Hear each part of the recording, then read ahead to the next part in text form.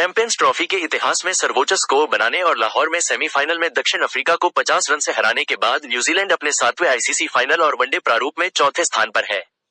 अपनी शानदार जीत के बाद आत्मविश्वास में बढ़ोतरी के कारण वे रविवार को दुबई में फाइनल में भारत से खेलेंगे। सचिन रविंद्र ने अपना 5वां एक दिवसीय शतक बनाया। ये सभी आईसीसी आयोजनों में आए हैं। केन विलियमसन ने दक्षिण अफ्रीका के खिलाफ लगातार तीसरा शतक लगाया। मिशेल सेंटनर ने 43 रन देकर 3 विकेट लिए। उनके विकेटों में दक्षिण अफ्रीका के कप्तान टेम्बा बावमा, उनके लगातार नंबर 3 रासी वैनडेर के विकेट शामिल थे। डुसेन और उनके सबसे विनाशकारी हिटर हेनरिक क्लासेन की बदौलत न्यूजीलैंड ने आत्मविश्वास के साथ अपने स्कोर का बचाव किया और फाइनल में पहुंच गया। दक्षिण अफ्रीका के 47वें ओवर तक मैच प्रतियोगिता के रूप में समाप्त हो गया था, जब डेविड मिलर 52 रन पर बल्लेबाजी कर रहे थे और उनके साथ केवल 11वें नंबर के लुंगी एंगिडी थे। लेकिन मिलर के पास स्ट्राइक हासिल करने, बची हुई सभी 18 गेंदों का सामना करने और मैच की आखिरी गेंद पर 67 गेंदों में शतक तक पहुंचने के लिए पर्याप्त समय बचा था। ये 5वां सेमीफाइनल है जिसे न्यूजीलैंड ने आईसीसी एक दिवसीय प्रतियोगिता में जीता है, जबकि दक्षिण अफ्रीका ने 11 में से 9 हारे हैं और केवल 1 जीता है। और 1998 में उद्घाटन चैंपियंस ट्रॉफी के बाद दूसरे प्रमुख खिताब के लिए उनकी खोज जारी है। अधिकांश ध्यान दक्षिण अफ्रीका की बल्लेबाजी पर हो सकता है, क्योंकि उन्होंने अब तक खेले गए 5 सेमीफाइनल में से एक भी नहीं जीता है, लेकिन इस बार वे मैदान में गेम हार गए। उनका गेंदबाजी प्रयास असामान्य रूप से खराब था, क्योंकि वे शुरुआती स्विंग का फायदा उठाने में नाकाम रहे। पेस ऑफ की प्रभावशीलता को देखने के बावजूद उन्होंने बहुत अधिक पेस ऑन गेंदें फेंकी और उन्होंने 2 कैच छोड़े। धीमी गेंदों के लगातार चयन के कारण लुंगी एंगिडी उनके सर्वश्रेष्ठ गेंदबाज थे और उन्होंने नई गेंद से विलियम का शुरुआती विकेट लिया और पुरानी गेंद से मिशेल का महत्वपूर्ण विकेट लिया। लेकिन मार्को जॉनसन और केशव महाराज दोनों को कोई विकेट नहीं मिला। सीधे शब्दों में कहें तो साहसी और शांत स्वभाव के रविंद्र और विलियमसन के संयोजन के सामने दक्षिण अफ्रीका का कोई मुकाबला नहीं था, जिन्होंने न्यूजीलैंड के लिए चैंपियंस ट्रॉफी में दूसरे विकेट के लिए 164 रनों की सबसे बड़ी साझेदारी की और एक दूसरे को पूरी तरह से पूरक बनाया। दोनों कह सकते हैं कि उन्होंने अपनी सबसे प्रवाहपूर्ण पारी नहीं खेली, लेकिन उन्होंने सपाट पिच को अलग तरह से अपनाया, खासकर अपने स्कोरिंग की गति के मामले में, और दक्षिण अफ्रीका को अनुमान लगाने पर मजबूर कर दिया। रविंद्र ने गेंदबाजों पर दबाव बनाए रखने के लिए अपनी पूरी पारी में 100 से अधिक की स्ट्राइक रेट बनाए रखी, जबकि विलियमसन ने अपना शतक पूरा करने के लिए सिर्फ 30 और गेंदें लेने से पहले अपना अर्धशतक 61 गेंद पूरा करने में अपना समय लिया। टॉस जीतकर सेंटनर ने पहले बल्लेबाजी करने का फैसला किया, इस उम्मीद में कि हवा शाम को ओस की संभावना को खत्म कर देगी और वह दक्षिण अफ्रीका पर स्कोरबोर्ड का दबाव बना सकेंगे। वह दोनों मामलों में सही थे। न्यूजीलैंड की शुरुआत अच्छी नहीं रही जब यंग ने एंगिडी को स्लिप में जेनसन के ऊपर से आउट कर दिया, लेकिन जल्द ही उन्हें लय मिल गई। रविंद्र ने जेनसन की शॉर्ट गेंदों को टेकडाउन करके टीम को आगे बढ़ाया।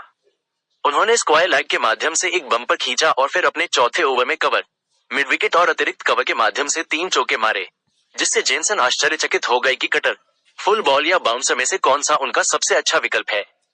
एंगिडी ने यंग को मिड ऑफ पर कैच कराकर स्थिति को रोक दिया और न्यूजीलैंड ने पहला पावर प्ले 1 विकेट पर 56 रन पर समाप्त किया। विलियमसन ने अपनी पहली 14 गेंदों में 11 रन बनाए। इससे पहले रबाडा ने उनके लिए एक शानदार मेडन ओवर फेंका, जिसने उन्हें लगातार गति और लंबाई में बदलाव के साथ अपने पैर की उंगलियों पर रखा, और विलियमसन समय का इंतजार करके खुश थे। रविंद्र ने 18वें ओवर में 47 गेंदों पर अपना अर्धशतक पूरा किया, जिसमें उन्होंने वियान मुल्डर को 3 चौके मारे।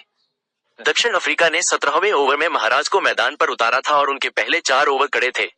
उन्होंने सिर्फ 14 रन दिए, इससे पहले कि रविंद्र ने उन्हें लेने का फैसला किया। जब उन्होंने महाराज को लॉन्ग ऑन पर हिट करने के लिए बाहर से गेंद खींची तो वह पूरी तरह से नियंत्रण में नहीं थे, लेकिन फिर उन्होंने आक्रामक होकर अगली गेंद पर सीधा छक्का जड़ दिया। उस ओवर में 13 रन बने और महाराज के अगले 12 रन बने और उनकी जगह एंगिडी ने ले ली, जिन्होंने लगभग एक महत्वपूर्ण सफलता हासिल की। विलियमसन 56 रन पर उस ओवर की आखिरी गेंद पर एंगिडी की छठी गेंद पर स्लैश किया और एक अच्छी बढ़त हासिल की, लेकिन क्लासेन अपने दाहिनी ओर एक हाथ से गोता लगाते हुए गेंद को रोक नहीं सके। एंगिडी ने रविंद्र के लिए भी परेशानी खड़ी की और अपने अगले ओवर में उन्हें ऑफ स्टंप के बाहर पीटा। वह 97 रन पर थे और दक्षिण अफ्रीका ने कैच बिहाइंड रिव्यू की मांग व्यर्थ कर दी। रविंद्र ने अगले ओवर में रबाडा की 93वीं गेंद पर अपना शतक पूरा किया।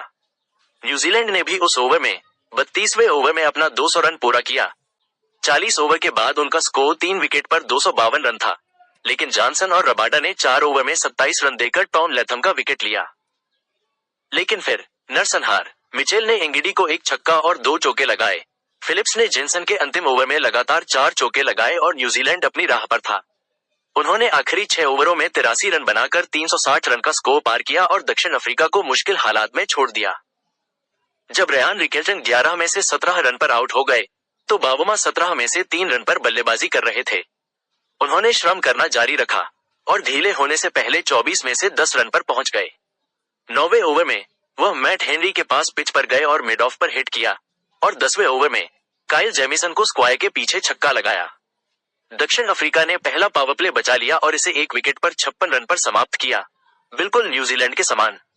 फॉर्म में चल रहे वैन डेर डुसेन के साथ बावोमा ने किक मारने की क्षमता का प्रदर्शन किया और इस जोड़ी ने एक खतरनाक संयोजन बनाया। उन्होंने स्पिनरों का सामना किया। दोनों बल्लेबाजों ने माइकल ब्रेसवेल के लगातार ओवरों में अपने अर्धशतक बनाए और बावोमा सेंटनर का पहला शिकार बनने से पहले उनका स्कोर 105 हो गया। फिर भी दक्षिण अफ्रीका ट्रैक पर था।